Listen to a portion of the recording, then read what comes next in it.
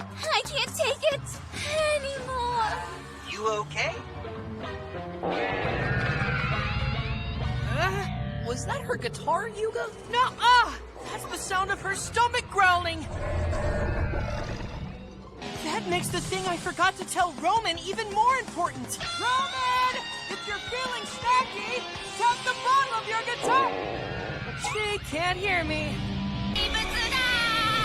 何を見たのですか？改造！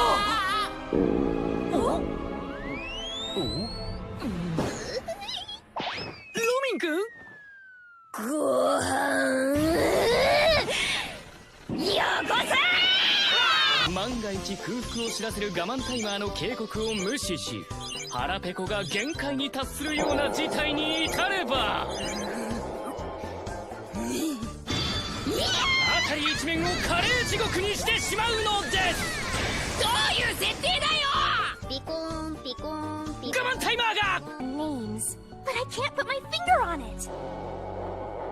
It's hard to think with all this growling going on. I'll figure all this out after I eat some lunch.